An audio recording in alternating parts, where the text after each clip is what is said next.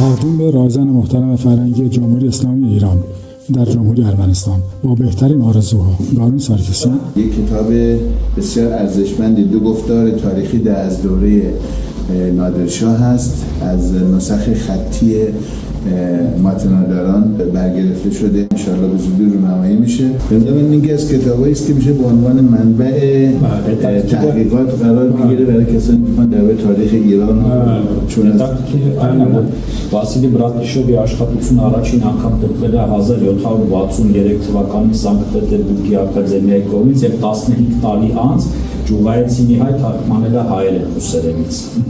این برادرشاه قبلا اینکه سفیر روسی بود تونتریس درباره نادرشاه این کتاب رو به زبان روسی نوشته بود، گزارش رو که در سن پترزبورگ چاپ شده. Այնտեղ ներկայացված է Իրանի պատմությունը Սեֆյանների հարստության վերջին Սեֆյանների դինաստիայի վերջին շրջանից մինչև Զենդ Քերիմխանի իշխանության գալը շուրջ 60 տարվա մանրակրկիտ պատմություն է, պատրաստված մանրամասն ծանոթագրություններով, առաջաբանով, հետազոտությամբ, գրականության ցանկով, որն է բարձր մակարդակով թարգմանել է պարոն Սարգսյանը, շատ բնույթ, գիտենք, որ ինքը Իրանահայ ժամանակակից լավագույն թարգմանիչներից է, ակադեմիական բարձր մակարդակով թարգմանել է եւ Իրանի պատմություն հրատարակչությունը գեղեցիկ դիզայնով ու բավական մեծ տպականակով հրատարակել է, շնորհակալություն թարգմանչին աշխատանքը կարևորելու եւ թարգմանելու համար, հուսով եմ, որ իրանցի ընթերցողների կողմից ջերմ ընդունելության կարժանա։ Եվ այս ժամանակագրությունը ամենակարևոր սկզբնաղբյուրներից է։ Սա կարելի է երեք մասի բաժանել։ Առաջին մասը Բագրատունյաց թագավորության վերջին շրջանի